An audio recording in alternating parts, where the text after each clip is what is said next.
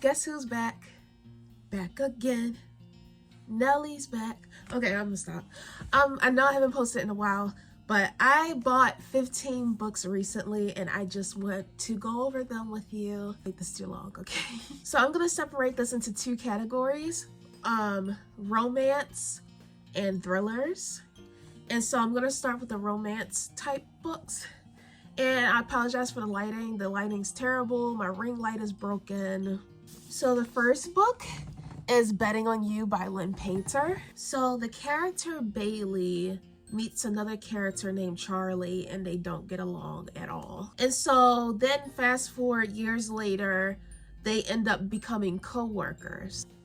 And so they get to talking to each other and they still kind of don't get along. And then there's two other co-workers at the same place. And so with these two other co-workers that are flirting with each other, Bailey and Charlie makes a bet. And they make a bet that basically is about, can people of the opposite sex just be friends? So while they're doing this bet or whatever, Charlie starts developing feelings for Bailey, but he's scared to like express those feelings to her because I guess like they don't want to ruin the friendship and stuff that they've built. So that's the gist of this book.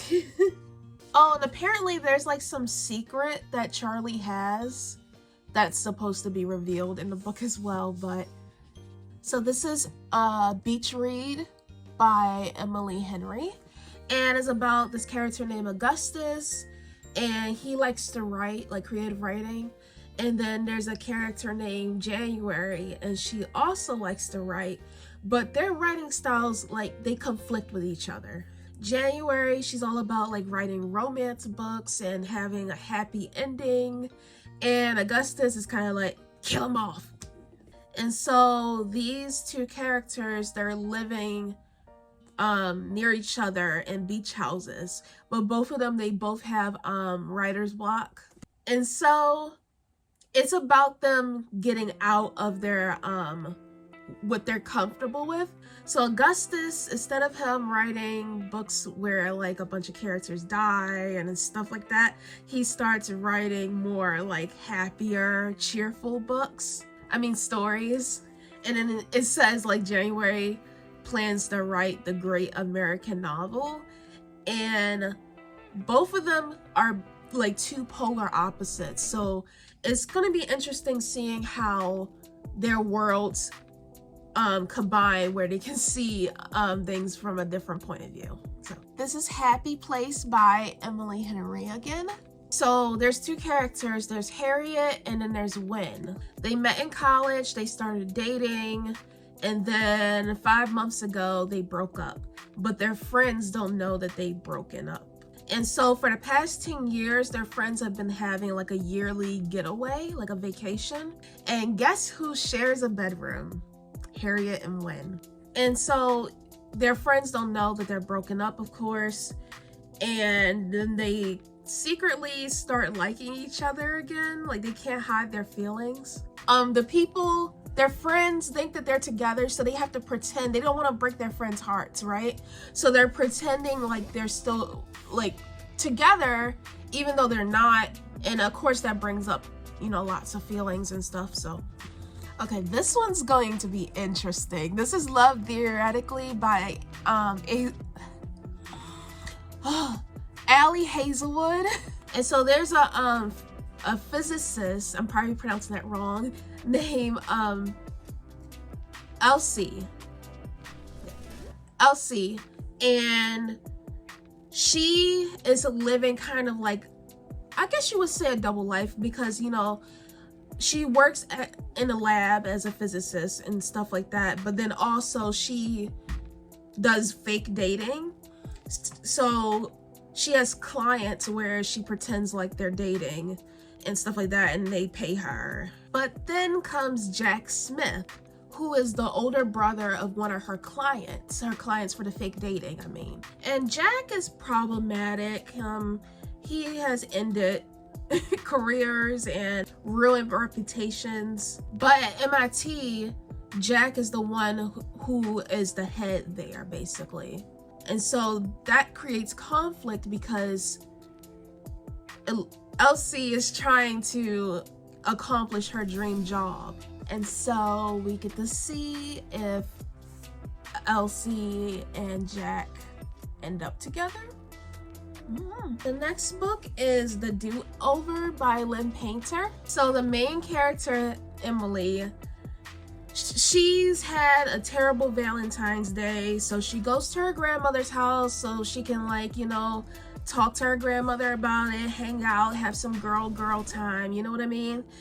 But the thing is, she falls asleep on her grandmother's couch, right? And then she wakes up and it's Valentine's Day again. And then the same thing happens and it's Valentine's Day. It's like Groundhog Day, like that movie. And we keep reliving the same day over and over again. That's what drew me to this, because I was like, oh, that sounds so good. And then what happened on Valentine's Day that made it so terrible for her was her boyfriend Josh cheated on her. And so imagine how distressing that it would be for her, because she has to keep reliving him cheating on her, you know? So that's the mystery with this, because I do not know how it ends because I didn't read it, but yeah. And the last for the romance category is The Upside of Falling by Alex Light.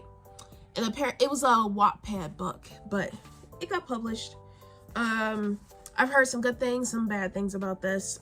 Becca used to believe in true love, but she doesn't anymore. And her friend kind of like bugs her about it. And she starts to pretend like she's secretly seeing someone, even though she's not. And then there's a guy named Brett. He's like captain of the football team. He's super focused on his future. And he finds out about her lie, about Becca's lie. So when people are asking about, okay, who's this mystery guy that you're dating? He steps in and pretends like, yeah, I'm that guy. I'm dating her. I was gonna say one more thing about this book that I saw on the bio on the back that I thought was important to mention. Then my phone really interrupted me. So it says, is this fake romance the realest thing in either of their lives? That's all I wanted to share before I was cut off. Okay, the first thriller is The Coworker by Frida McFadden. So there's a worker named Dawn, and people kind of think she's a little bit strange, but she's always at work every single day on time at 8:45 a.m. So people start to get concerned when she stops showing up. One of those co-workers that got concerned is Natalie. And so Natalie, she thinks it's kind of strange, but then she receives this phone call. It's like an anonymous phone call. And the phone call really changed things up. And so because of this phone call and Dawn randomly not showing up anymore, she now knows that Dawn was being targeted by someone. So this is one of those cat and mouse type of stories. One thing to remember is Dawn's body was found. And so now they're trying to figure out who didn't like Dawn so much that they killed her. Okay, this is The Teacher by Frida McFadden again. So our character, Eve, is a math teacher at a high school. And so there was a scandal going on at the school where there was a teacher-student romance. And the student was a character named Addie.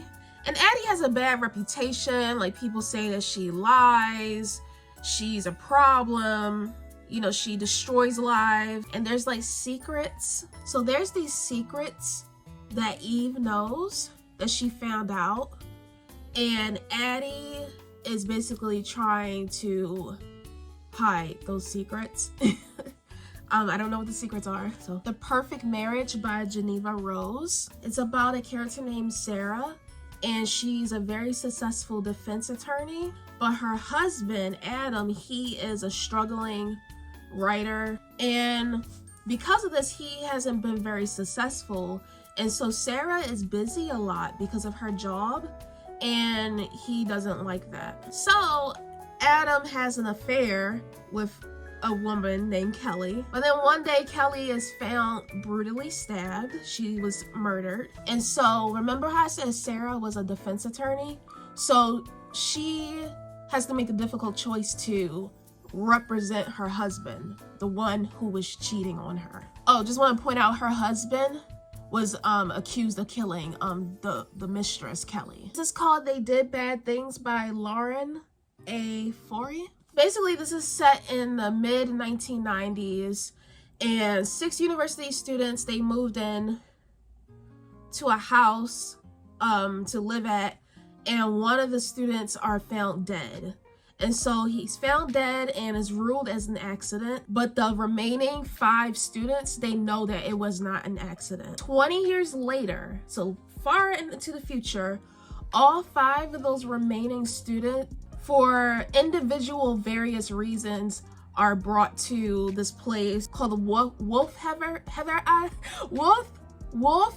House. And so they end up fighting, and it becomes this whole drama thing. And basically they're made to either confess their crimes of what happened to that student that died, or they die themselves. This is Behind Closed Doors by B.A. Paris. And it's like about this couple, Jack and Grace, and to other people on the outside, they live like this very peaceful, inseparable, they're just inseparable as a couple, and they live like this very nice life that people aim to have. But there's something fishy going on there. But you know, things stand out that are problematic. Grace not answering her phone, Grace not being able to go out and hang out with people. She never takes anything with her when she leaves the house. She cooks these elaborate meals, but she's still very slim. And on their windows, they have like these high security shutters. And so that looks a little strange to people in their lives. And that's about all I have for you for this book, because that's the mystery, basically. This one is The Family Across the Street by Nicole Trope. And it's basically like a short explanation. It's about this family, and they're very secretive. They don't really talk much to their neighbors. They ignore any requests for babysitting. They don't go to barbecues, stuff like that. And so one day a secret comes out about this family who lives across the street, and it becomes like this whole big thing. They're very, very secretive. This is The House Across the Lake by Riley Sager.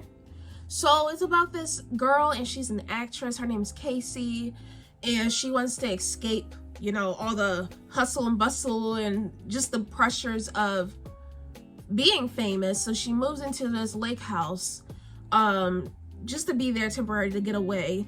But she spends a lot of her time watching the family, watching a couple named Tom and Catherine, basically. One day, Casey finds Catherine drowning, and she saves her from drowning, which then leads to a friendship between the two. But through this friendship, Casey is starting to notice that the marriage between Catherine and Tom, she starts to realize that it's not as like perfect and, you know, glamorous as she thought their relationship was. And then one day Catherine vanishes, and that's the summary of this. This is Beneath Devil's Bridge by Laura Ann White, and it's about this girl named Trinity Scott, and she's one of those true crime podcasters. So she tells the story of a man named Clayton who was a guidance counselor, and he was accused of the murder of a teenage student. But the motive and reason why he killed her was never discovered. It's been a mystery. So he does some interviews from prison. And so Trinity, who is the true crime podcaster, she does these interviews with Clayton while he's in prison. And he discloses to her for the first time the truth behind what happened. Last but not least, we have The Silent Patient. So this is The Silent Patient by Alex, I'm gonna butcher this, I know, Michaelides. A for effort. It's about this girl named Alicia, and one day her husband comes home and she shoots him in the face 5 times. And then from that point forward, she's just quiet. She doesn't talk to anyone, she's mute. And so she's in a psychiatric place, a psychiatric unit, and she's still refusing to talk. And then there's this criminal psychotherapist named Theo, and then when he hears about the story, he's like, oh, he jumps on the case because it intrigues him so much. And so he works to unravel the truth of why she killed her husband and what happened. But the challenge is she's not speaking. So thank you for watching my video. I hope to make more content. I know I haven't been doing well with it. Sorry for the lighting. And let me know if you read any of the books before that I had in this video, and tell me your thoughts on it.